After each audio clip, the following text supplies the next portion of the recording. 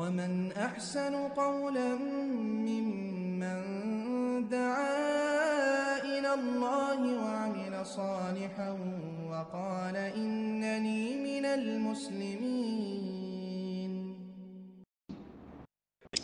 10 নম্বর প্রশ্ন। আসসালামু আলাইকুম শেখ ওয়ালাইকুম সালাতুল্লাহ। আমি আল্লাহর রহমতে বেশি সন্তান নিতে চাই, আল্লাহ তৌফিক দিক, আল্লাহ সহজ করুক। আজকাল এরকম লোক খুঁজে পাওয়া মুশকিল। সন্তানের ক্ষেত্রে একটা দুটার বেশি নিতে চাই না, কিন্তু পয়সার ক্ষেত্রে পেট জাহান্নাম হয়ে যাচ্ছে। গোটা দুনিয়া দিয়ে দিল বলে আর এক দুনিয়া দরকার।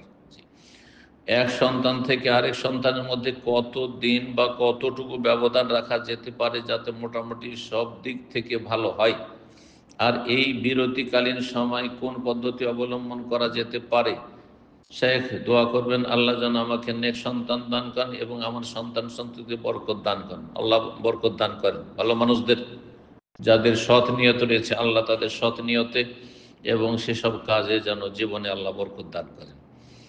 দুটো প্রশ্ন এখানে করেছেন যে এক সন্তান থেকে আরেক সন্তানের মধ্যে কতদিন বা কতটুকু ব্যবধান রাখা যেতে পারে যাতে মোটামুটি সব দিক থেকে ভালো হয়, সেটা আপনার স্ত্রীর শারীরিক অবস্থার উপর নির্ভর করছে।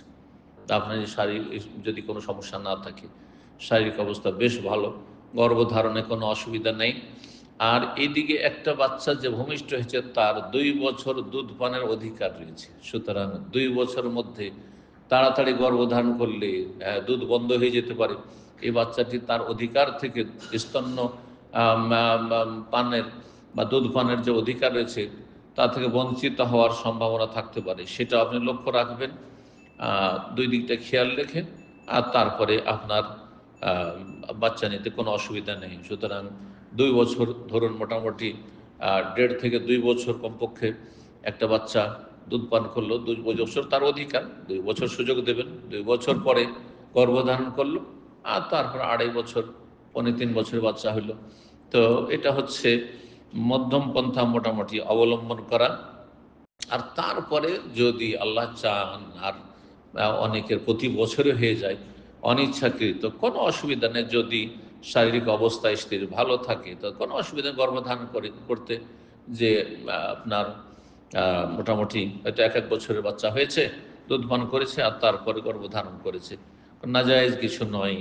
এক কথায় বাচ্চার মায়ের দিকে খেয়াল রাখতে হবে, আর বাচ্চার দিকেও খেয়াল রাখতে হবে, তার দুধ পানের সময়কালটার দিয়ে খেয়াল রাখতে হবে, এটি মনে রাখবেন। দ্বিতীয় যে বিষয়টি, বিরতিকালীন সময় কোন পদ্ধতি অবলম্বন করা যেতে হবে? অস্থায়ী পদ্ধতি অবলম্বন করবেন, স্থায়ী পদ্ধতি অবলম্বন করা যাবে না, কিন্তু গ্যাপ দেওয়ার জন্য বিভিন্ন ব্যবস্থা রয়েছে। সেটি আমরা চাইতে আপনারা বেশি জানেন, আজকাল দুনিয়াদার মানুষরা বেশি জানবেন যে বিভিন্ন মেডিসিন রয়েছে বা আরও কিছু রয়েছে, সেগুলি আপনারা যে কোনো একটি অবলম্বন করতে পারবেন যাতে শারীরিক স্ত্রীর ক্ষতির আশঙ্কা না থাকে। আল্লাহু আলাম।